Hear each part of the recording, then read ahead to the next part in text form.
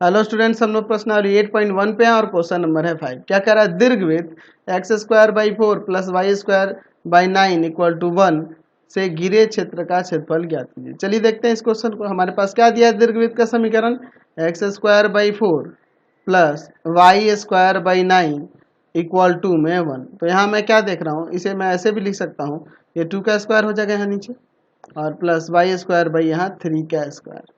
तो हम लोग जानते हैं कि दीर्घवृत्त का जो हम लोग मानक समीकरण देखते थे वो x square by a square plus y square by b square equal to 1 होता है। ये होता है ना। अच्छा, यहाँ पे मैं क्या देख रहा हूँ कि यहाँ ए जो है बी से लेस देन है। तो हम लोग पहले इसका आलेख खींचते हैं। आलेख को देखिए ध्यान से, बहुत जरूरी है पहले ग्राफ बनाना इनका।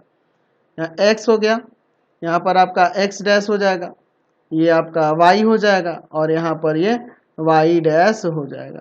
तो अगर मैं दीर्घवृत्त को खींचूंगा तो वह दीर्घवृत्त किस तरह से होगा? तो वह दीर्घवृत्त ऐसे होगा, इस तरह से होगा।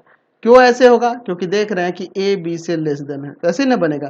तो यहाँ के इनके शीर्षों के निर्देशांक की बात करें तो ये आपका होगा 2,0, ये क्या हो जाएगा आपका 0,3। इसका होता है ना जी a,0, यहाँ 0,b, यहाँ पे आ जाएगा -2,0, यहाँ पे क्या आ जाएगा आपका 0,-3।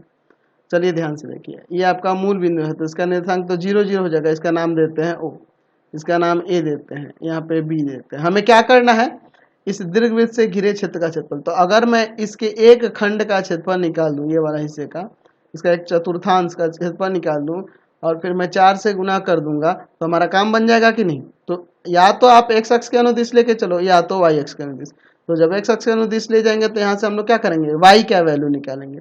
ठीक है, तो इसको हम उधर ले जाएंगे, यहाँ हो जाएगा वाई स्क्वायर बाई 3 का स्क्वायर इक्वल टू में 1 माइनस एक्स स्क्वायर बाई 2 का स्क्वायर। इधर अब एलसीएम ले लेते हैं, तो वाई स्क्वायर बाई 3 का स्क्वायर इक्वल टू में, यहाँ एलसीएम होगा 2 का स्क्वायर, यहाँ आ जाएगा 2 का स्क्वायर माइनस एक्स स्क्वायर। ये 3 का स्क्वायर डिवाइड में उधर जाकर तो मल्टीप्लाई में हो जाएगा ना। तो हम लोग यहाँ पे लिख सकते हैं वाई स्क्वायर इक्वल टू 3 का स्क्वायर बाई 2 का स्क्वायर और इंटू में 2 का square minus x square. Square को उधर ले जाएंगे रूट में, तो y इक्वल टू में आ जाएगा 3/2, रूट हट जाएगा ना यहाँ से, स्क्वायर से रूट हट जाएगा। अच्छा, अब क्या हो जाएगा? रूट अंडर 2 का स्क्वायर माइनस एक्स स्क्वायर। इस पर से रूट हट जाएगा, स्क्वायर इधर आया रूट लगा, तो इस पे रूट नहीं ना रहेगा क्योंकि दोनों पे स्क्वायर है, तो स्क्वायर से रूट हट गया और यहाँ पे आपने रूट लगा दिया। तो ये y क्या वैल्यू हुआ। हमें क्या निकालना है पहले? तो हमें निकालना है OABO का क्षेत्रफल, और जो आएगा उससे 4 से गुना कर देंगे तो पूरे दीर्घवृत्त का क्षेत्रफल हो जाएगा। चलिए, तो क्या हो जाएगा इसका क्षेत्रफल? तो हम लोग देख रहे हैं ये 0 से लेकर 2 तक गया है, और यहाँ पे y लेंगे ना, x अक्ष पे लेके चल रहे हैं, तो y dx, तो 0 to 2 y का वैल्यू ये रहा 3/2 रूट अंडर 2 का स्क्वायर माइनस का x का स्क्वायर dx। समझ गए ना। अब यहाँ पर हम लोग इंटीग्रेशन करते हैं, तो क्या होता है root under a square minus x square का फॉर्मूला। मैं चलो यहाँ पे एक बार फॉर्मूले को भी आपको दोहरा देता हूँ। पढ़े हैं integration of root under a square minus x square dx। क्या होता है x/2 root under a square minus x square plus a square by 2 sine inverse x by a plus c, ये होता है। तो इसके अकॉर्डिंग अब हम लोग यहाँ पे लगा सकते हैं फॉर्मूला, OABO का क्षेत्रफल जो हो जाएगा और किसके इक्वल हो जाएगा? तो हो जाएगा यहाँ पर, ध्यान से देखिएगा, 3/2 ब्रैकेट लगाएंगे और यहाँ हो जाएगा x/2 रूट अंडर 2 का square minus x square plus a square by 2, तो ए स्क्वायर की जगह पे यहाँ पे 2 है, 2 का square by 2 sine inverse x by 2, और लिमिट यहाँ पे है 0 to 2। चलिए अब पुट करते हैं 3/2 ब्रैकेट के अंदर, ध्यान से देखिएगा, यहाँ पे 2 पुट करेंगे तो यहाँ 2, देखो यहाँ 2 पुट करेंगे 1 आ जाएगा, लेकिन यहाँ पे 0 आएगा, 0 में 1 से मल्टीप्लाई होगा 0।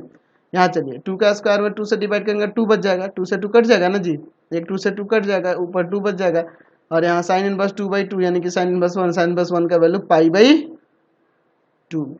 समझ गया ना, यानी कि 2 और इंटू में आपका π/2 हो जाएगा। फिर माइनस 0 पुट करेंगे तो यहाँ 0 रखते हैं, ये सब 0, और साइन इनवर्स 0 0 ही होता है, तो ये टोटल 0 हो जाएगा, यानी कि 0 आएगा 0 पुट करने पे।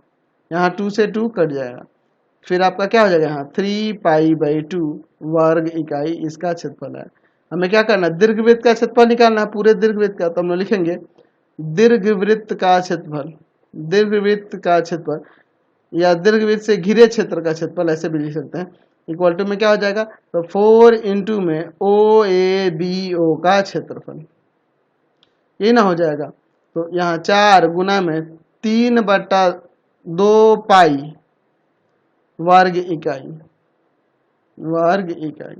तो यहाँ देखो ना, 2 से इसको काटेंगे 2 बार में, 3 दूना 6 वर्ग इकाई यहाँ से आंसर हो जाएगा। समझ गए? चलते हैं नेक्स्ट क्वेश्चन पे। नेक्स्ट